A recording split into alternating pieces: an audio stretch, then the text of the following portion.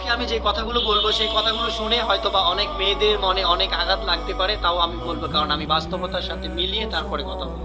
কারণ হচ্ছে একটা মেয়ে যখন একটা ছেলেকে ভালোবাসে তখন সে প্রথমে দেখে ওই ছেলেটা দেখতে কতটা সুদর্শন, তারপর দেখে ওই ছেলেটার অর্থনৈতিক দিক কিরকম, তারপর দেখে ওই ছেলেটার পরিবার কিরকম, তারপরে গিয়ে সে তাকে ভালোবাসে। কিন্তু একটা ছেলের বেলা সেটা হয় না। একটা ছেলে প্রথমে দেখে যে তার চেহারাটা কিরকম, তারপর দেখে তার ব্যবহারটা কিরকম, তারপরে তার আর কিচ্ছু লাগবে না, এখন তার কিচ্ছু দরকার নাই। এখন সে শুধু চিন্তা করতে থাকে আমি সারাটা জীবন তার সাথে কাটিয়ে দেব, কোনো কিচ্ছু দেখার নাই আমার। তখন সে সারা জীবন কাটাবে, এখন টাকা পয়সা তো দরকার আছে তাই না? তো এখন সে চিন্তা করতেছে, বাড়িতে গিয়ে বলে বাবা মাকে যে বাবা মা আমি তো এরকম আপনাদেরকে অনেক ভালোবাসি, আমি আরো আশেপাশে অনেক মানুষকে অনেক ভালোবাসি, কিন্তু আমি আপনাদের কষ্ট দেখতে পারতেছি।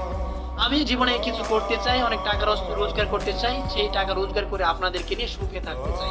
তখন সে দূর প্রবাসে চলে যায়, প্রবাসে গিয়ে ওইখানে গিয়ে কাজ করে। যে ছেলেটা গ্রামে থাকতে 10টার আগে ঘুম থেকে উঠতো না, সেই ছেলেটা দূর প্রবাসে গিয়ে ভোর 5টার সময় ঘুম থেকে উঠে কাজে চলে যায় শুধুমাত্র তার স্বপ্ন বাস্তবায়নের লক্ষ্যে।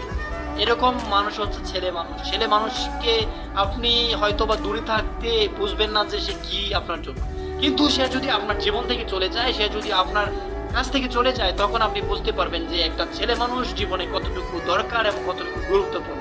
তাই ছেলেদেরকে কখনোই কষ্ট দেওয়া যাবে না, মেয়েদেরকে আমি অনুরোধ জানাচ্ছি।